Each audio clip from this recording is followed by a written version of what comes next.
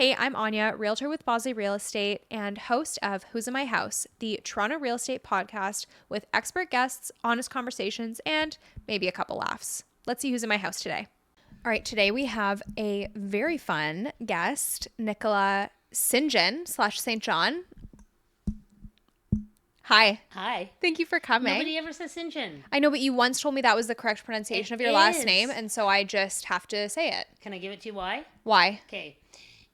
St.John came from Saint-Jean, so it was originally French, like Saint Clair became Sinclair.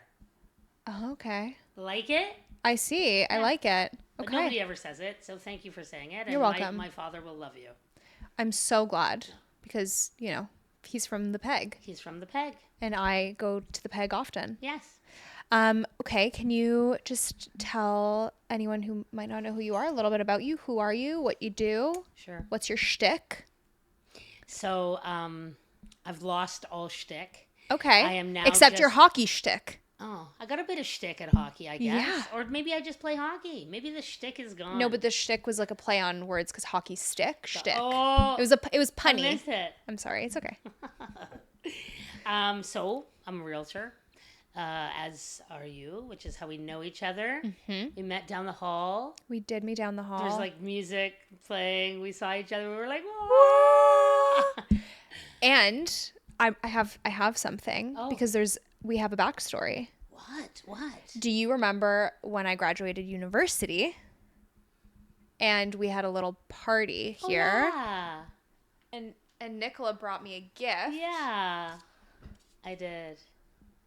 Oh, the places you'll go. Oh, that's such a good book. I hope you read it. I know I read it to you. You read it to me. I did, which is ridiculous. You read it to me, which is great because what some people might not know about Nicola, which she didn't mention in her intro, is that she also does a little bit of acting and voice acting. Yes, I was an actor. You also were in one of my Asking Realtors Questions videos, and a lot of people said that they love you and your fun voice.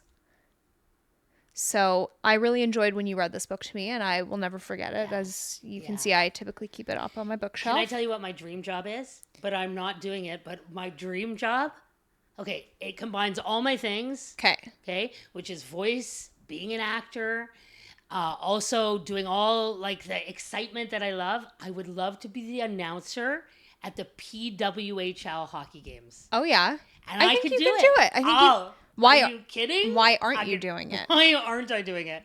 They always have guys. I don't know why. I feel like I could be that. So I could be really excited about the action. I could like call it out. Like whoever it is, I could do the names. I could like they scored that goal. Like that's what I want. Okay, PWHL Yes. person, chairman, CEO. This is an open letter to you. Please hire Nicola St.John because you can't have a male announcer for the PWHL. Right? That's just criminal. Criminal. Yes. I would be good at it. You would be good at it. Yeah. Another thing about you is that you are an East Ender, like myself. Yes. And I thought maybe we could talk a little bit about why we love the East End and some interesting facts about the East End and just get into that. Okay. Why do you love the East End? Well, I moved here in the beginning. Of what? 27 years ago. In the when the story began. Yeah. So when I moved to Toronto, I moved to the East End. Were you always in the pocket that you're in now? Yeah. I bought that house like 27 years ago. So you moved to Toronto, you bought the house. No, actually that's not even true. When I was an actor, I lived in the West End, but I didn't own a house. Right. Okay. Right? So, but then it was kind of cool and funky, and I was trying to be cool and funky too, and I was actor-y, and then the West End was cool and funky, or the West East. End. I see. And then when I moved here with my son, who was 3, the East End was like affordable, number one, and sort of more if you had a kid or a family, it seemed like the place to be. Yeah, and I think generally speaking, that's still mostly the case comparatively. Like the West End is still typically more expensive than the East End counterpart. Yeah. And can I tell you why? Yes. Because this is a great little fact. I love fun facts. If you don't know this fact, you're going to be so excited I told you. Okay, let's go. Okay.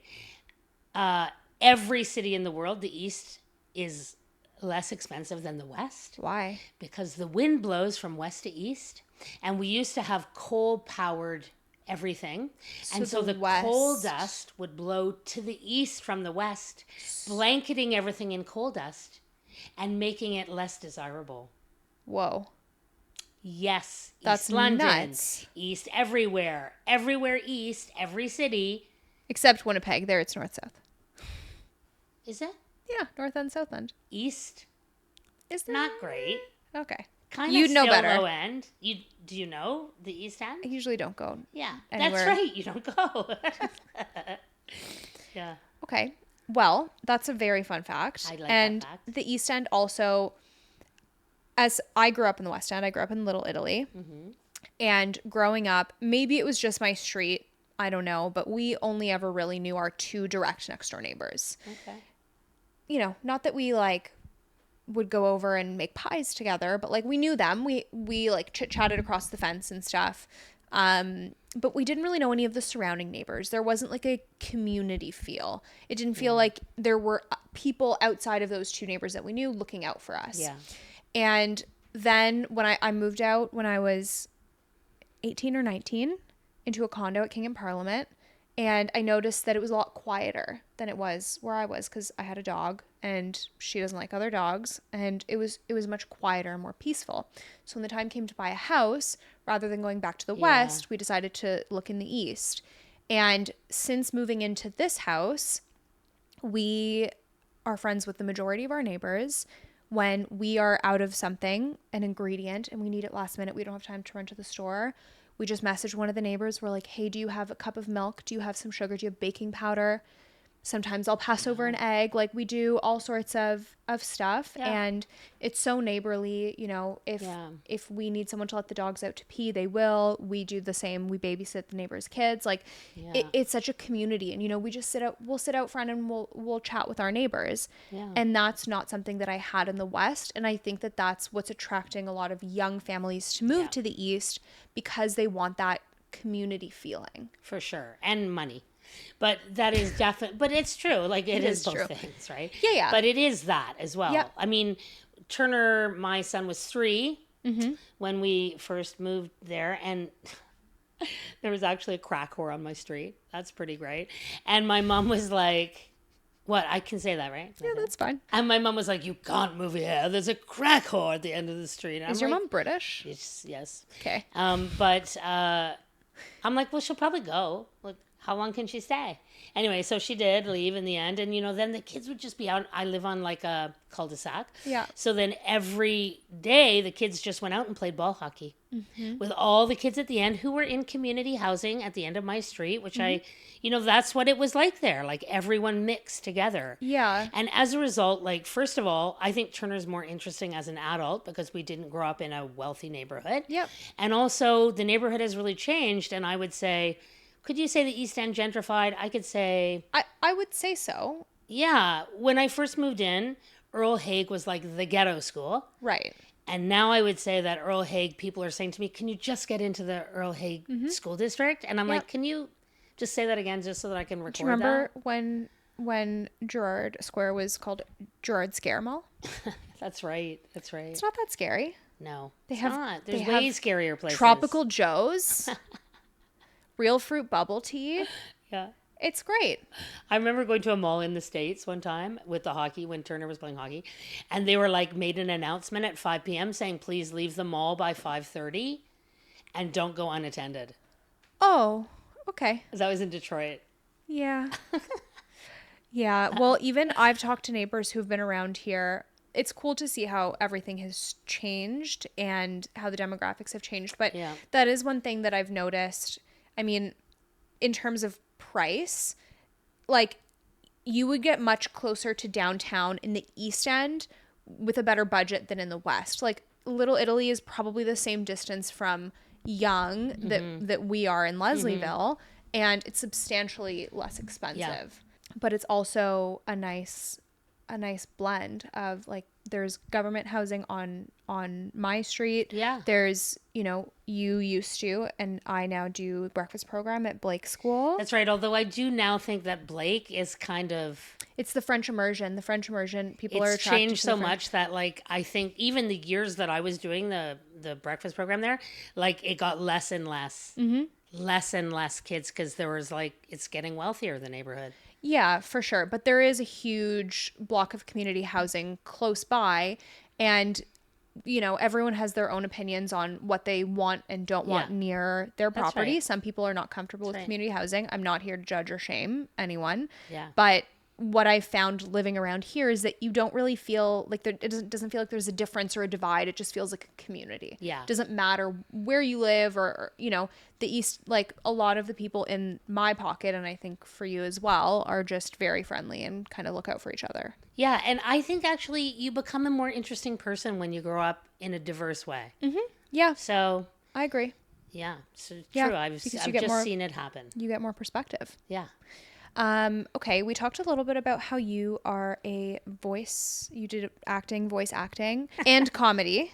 And comedy. Because you're hilarious. Although Tony thinks he's funnier than me.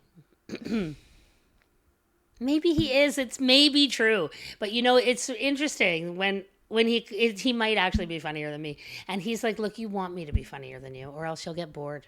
And he was also right about that. Yeah, that's a good point. Anyways, so real estate was not your first career. That's right. You got into it a little bit later. Yeah. And so I'm just kind of curious what got you into real estate and how you feel like your background in acting and performing arts has both made you a better realtor and has kind of differentiated you from the crowd. Okie dokie. Okie dokie. I got into being a realtor because my kid was going to university. And nobody else was going to pay except me. Right. So I needed more money than I was making as an actor. Okay.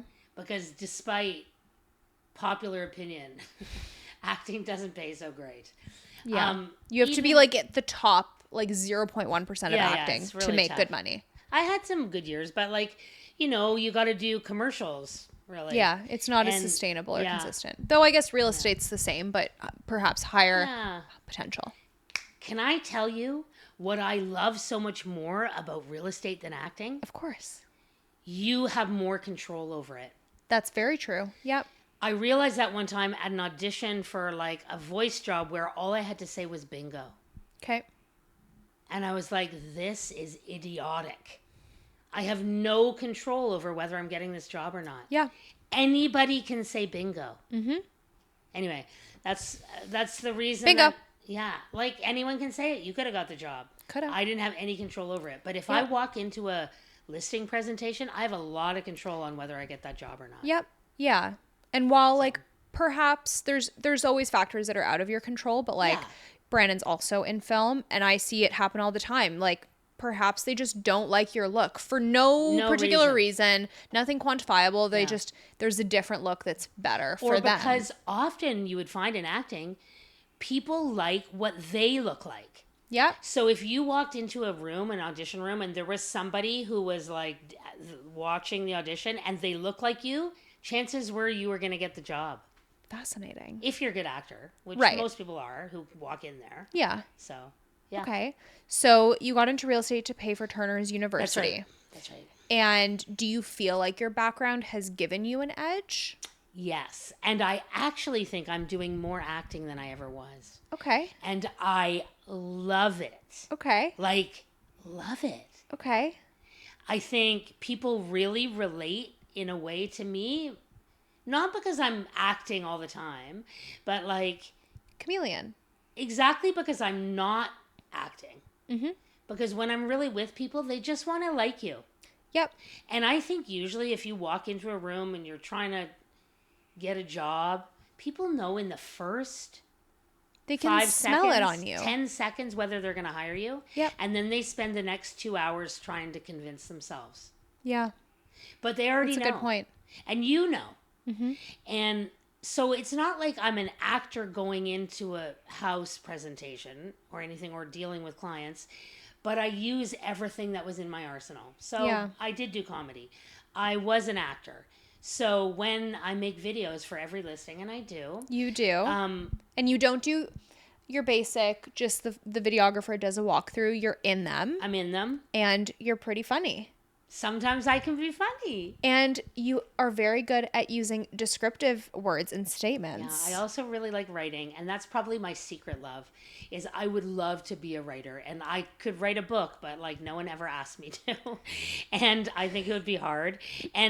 But I love it. And like I love how words go together. So like if you like reading, I don't know if you read a lot, but like I love fiction. And so like one of my favorite writers is Ken Kesey. He did One Flew Over a Cuckoo's Nest. And if you read his books, I love how the words go together. So okay. I could go back and go, oh my God, I have to read that sentence again, and go back and read that sentence again. And so if you can write me a story, give me a palette with your words, that's it. It's golden for me. Fascinating. So for sure, that part of me that wants to be a writer loves doing the wording, and the part of me that likes being an actor loves doing the videos. And you know what's interesting is I feel like perhaps because you have that vibe, you do get like a good number of unique listings. Do I? Yeah, like I'll never forget that one you had in Crescent Town that was like that little old century house. Do you remember that? Oh yeah, the gardener's cottage. Yes. Yeah. And then from the Massey estate. Yes, and then you had the house with the pool. They moved to France. They're Ooh cool. la la. Yeah, I'm gonna go see them. Okay. But yeah, I had a house that burnt down. Okay. In the middle of the night.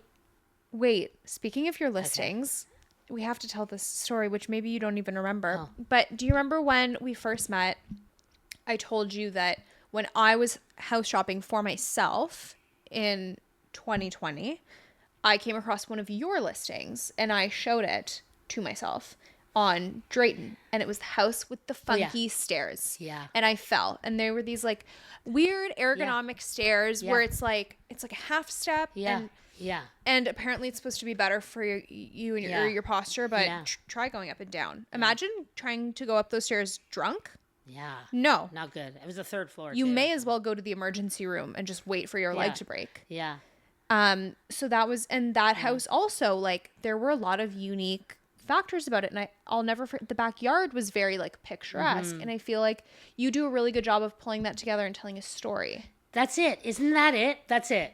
You just said it. We could really just did the one sentence. It's just about telling a story. It's telling a story. And that's like not for like when I'm actually dealing with clients, but that's for like dealing with the public. You want this house? Let me tell you why. Yeah. Let me write you a story or paint you a story of why you want it. Yeah, because that really helps. That really helps buyers feel like that could be them. That could be their story. Yeah. But when it's just house and you walk in and it's an empty house, there's no furniture, there's no story. It's just four walls. It's just a house. Where's the every story? time that's happened to me with like clients are like, no, we'll write it, or it hasn't worked out well. And it actually just came up with a condo I was selling, and they rewrote what I had written, and I was super sad, and I was like, but I really like what I wrote. And then I let it go because I'm a big girl. And then you can see how I've let it go. You put your big girl pants on. And then they didn't love the video, and I was like, we're keeping the video because we can't reshoot it. And then we sold it in 3 days, which is crazy for a condo in this market. And it was obviously the and video. I was like, I guess it worked.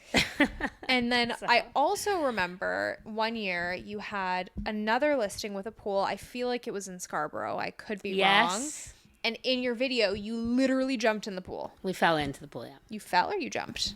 Well, you know. You did not intend to go into the pool? No, we did. Oh, but we made it look fell. like we were fall. I was acting falling. Oh, are you a stunt performer? Yes, but not paid as one. But it was kind of fun. Me and Philip, we did it together. And then Philip was like really like mad because it was cold. And because it was kind of early in the season. Uh-huh. But that's right. And then we actually have made that a thing now. So if we sell a house with a pool, so bring them on. Philip and I will go in them. For the video. For the video. Amazing. Anything for the video. Anything for the video. Anything for the laugh, right? Comedy. You got to keep people happy. If you like what you've seen so far, don't forget to hit the subscribe button and check out the rest of my socials. Nicola, can you tell us about your first ever listing? Yes. Is it a cool story? They're all cool stories. Of course they are. Yeah, it was kind of crazy. So it was a for sale by owner because I was brand new and I was walking in a neighborhood soliciting business. Right. Door knocking and such. I hated that so much. Anyway, this guy hires me to sell a house and it was a brand new build and it was so beautiful. Okay. And all the neighbors came in. I met all the neighbors. And then, I don't know, about a week after I sold it, the one little old lady neighbor's like, come over and have, tea at my house. And I was like, okay. So I went over to her house and had tea and cake. And she said, we didn't want to tell you because we really wanted to sell the house. But the guy who had that house before the rebuild, he murdered his wife and put her blood all over the walls. Oh. I was like, oh, I'm so glad you didn't tell me that story. Because then I would have had to tell everybody that story. And then I might not have sold the house. Did the new build owner legally change the address? I do not think so. So if someone wanted to Google it, they probably could have figured it out. Yes. Crazy. My first listing story was also a little bit crazy, but not nearly as crazy as yours. Okay. It was a triplex in Kensington Market. Okay. My first listing, I'm still figuring out what's going on. Now, the reason why they had decided to list it when they did was because two of the tenants gave notice. Two of the tenants gave notice they were going to leave. Okay. And then they were like, it's fine. We'll just sell it with the middle floor. They can fill two other, people at market rent. It'll be fine. So we list it. We have good interest, but because the tenants are still living there, I am attending every single showing. It is so much is happening in this house. So much is happening. I'm rushing over there, taking everyone through every single showing. We end up selling the house to an investor. The main floor tenants agreed to leave. So now we're able to give vacant possession. So it's in the agreement that it's going to be vacant possession because everyone has now given notice that they're going to move out. Then the pandemic hits. COVID. Boy.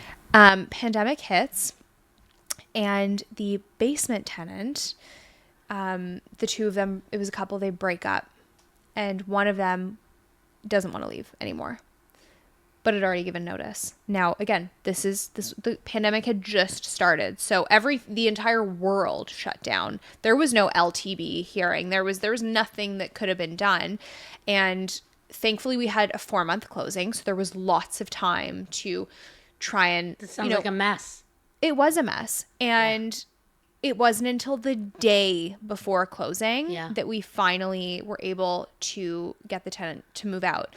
And again, it was agreed that he was the one that gave the notice, and then he changed his mind and kept saying he was like, I have to wait for this or that, and then was like, okay, well, if the new owner is going to do renovations, maybe I can stay and offer my assistance in exchange for living there. And I told the buyer, and the buyer was like, absolutely not. Yeah. This guy needs to leave because that's what we agreed to. So crazy.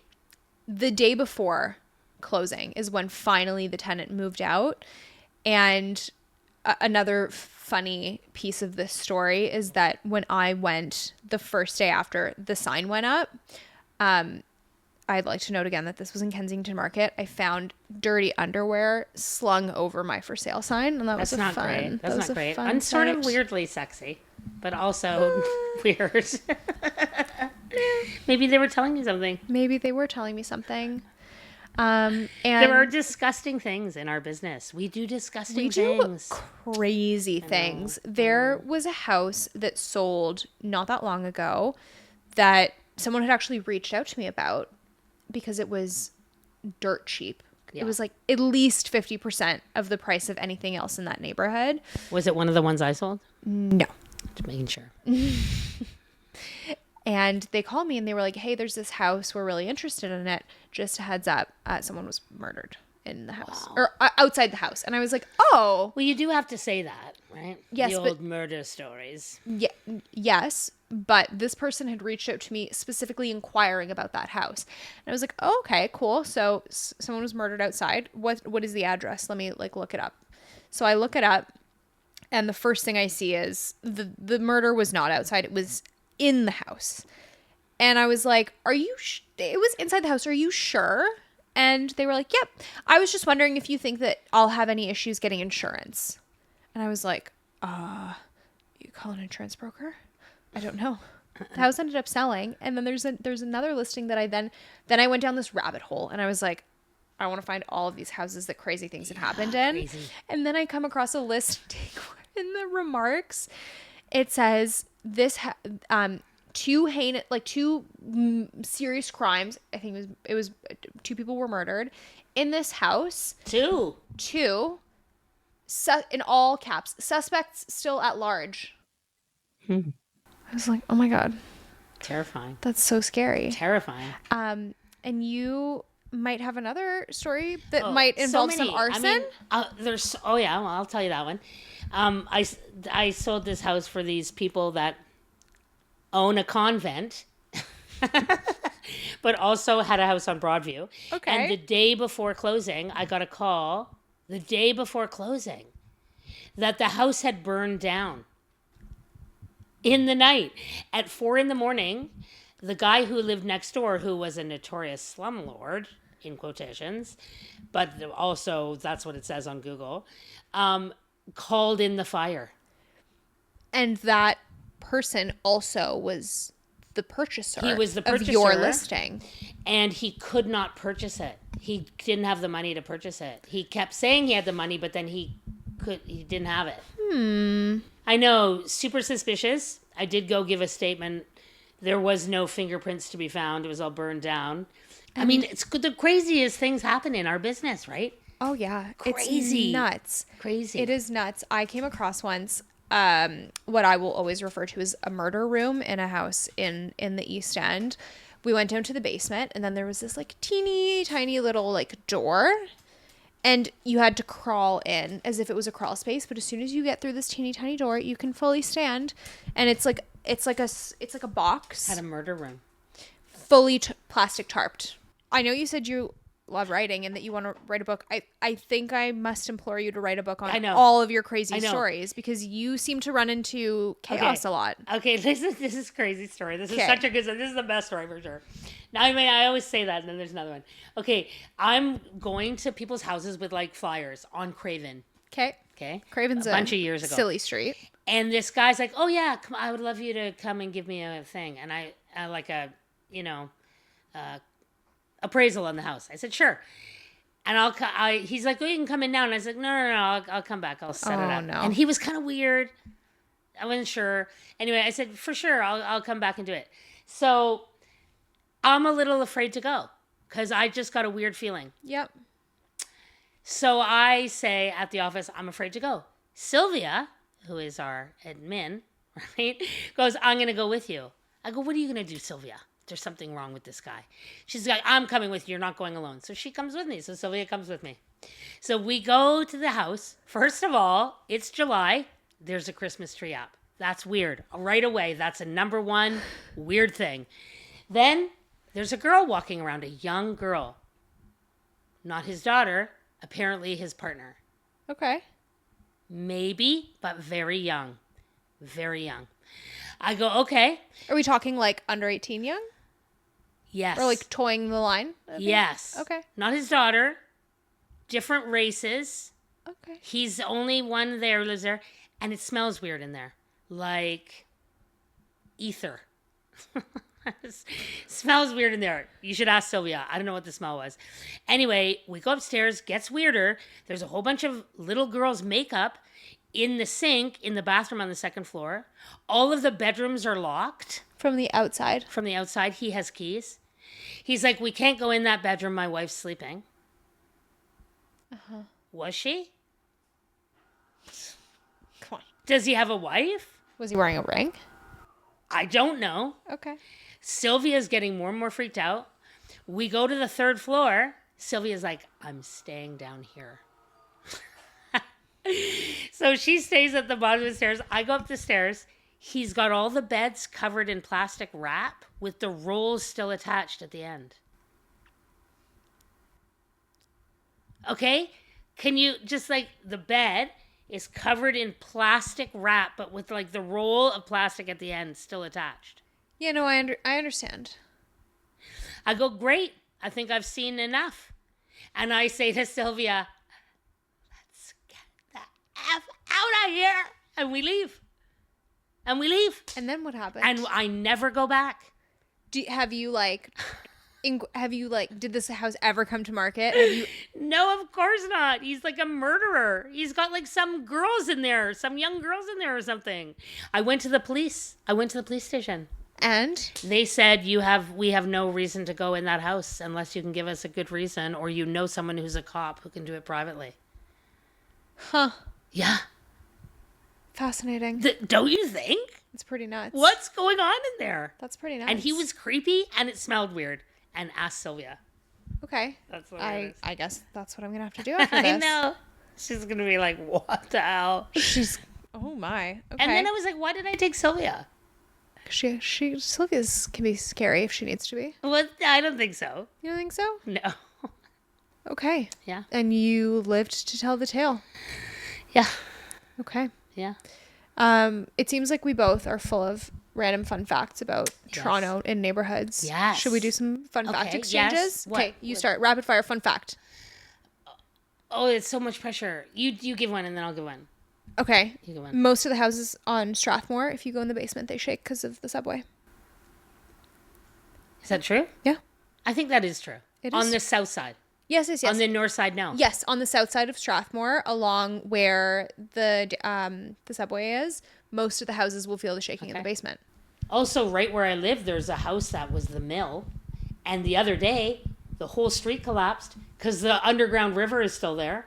Fun fact, did you know that the junction was dry until like the 2000s? I did know that. See? I was probably alive then.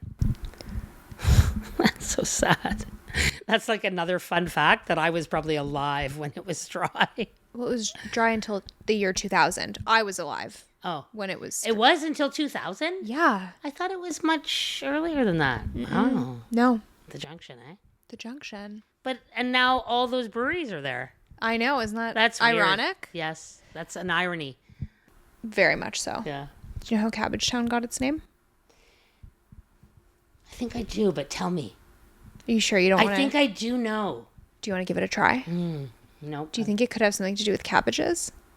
Tell me. Residents in Cabbagetown would grow cabbages in their front yards to save money on food, which is why it was then later named Cabbagetown. I think you told me this fun fact before. And another fun fact about Cabbagetown is that the former Winchester Hotel, which had another name before, was frequented by Al Capone. I know. Is that true? It's on my website. I know. I'm questioning your I don't know. fun facts.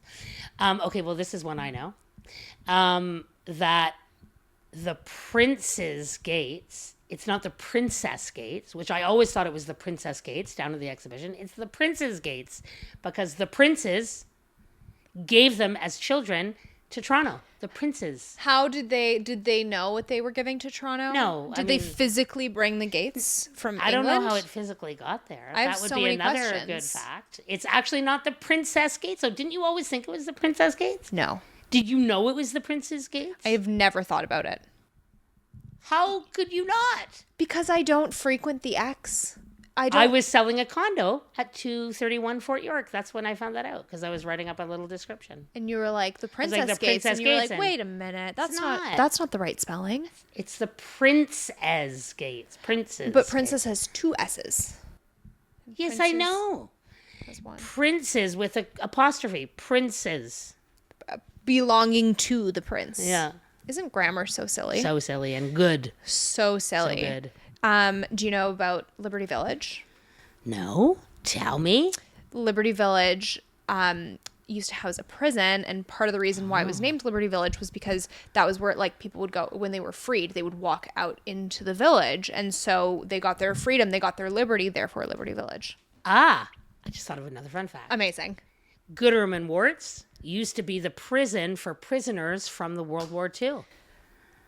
Prison for the prisoners of World War II. The prisoners that came from Europe, they brought them here. Nuts. Yeah. And then they lived in the distillery district. In the distillery district. And now they get a Dior Christmas tree every year. Isn't that funny? Isn't that funny? Yeah. Speaking of housing, not prisoners, but Riverdale Park used to be where they isolated people who had things like smallpox or tuberculosis that were easily transmissible before there were vaccines available. So that was where people who were sick would go, and they would be isolated, and they were called isolation hospitals.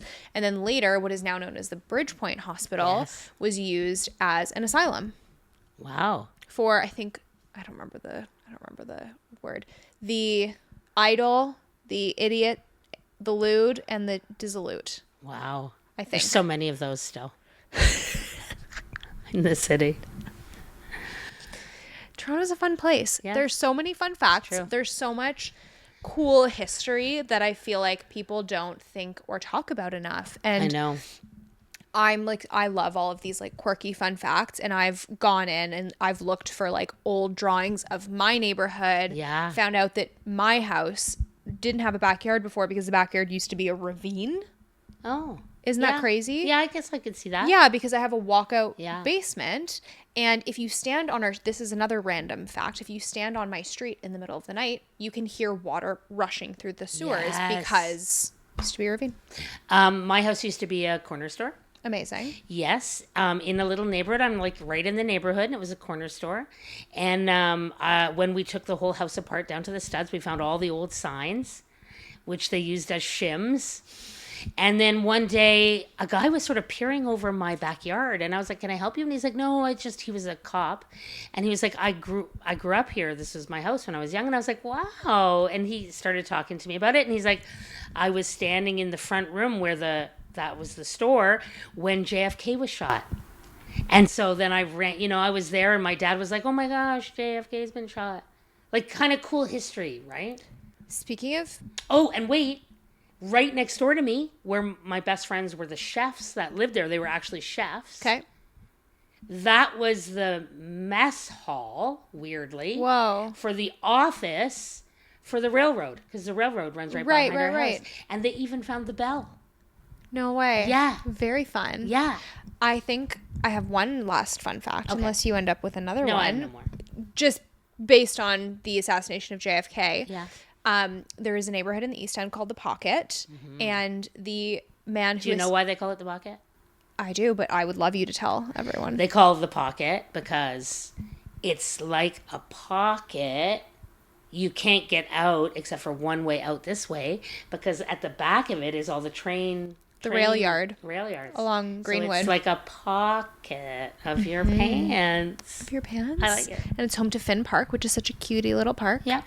So the guy that assassinated Martin Luther King Jr. when he was on the run very briefly hid out in a house on Condor, which is in the Pocket. Crazy. Nick, thank you so much again for coming to my house and having a nerdy fun fact and listing exchange with me. Yes. It's been a pleasure. Yes. If anyone wants to see more of you and your super fun personality, where can they find you? I think that they can't not find me because I am everywhere.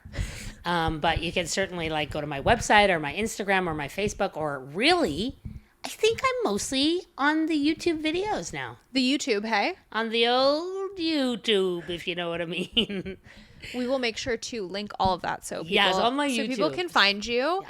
And until next time, oh, the places you'll go. Oh, the places you'll go.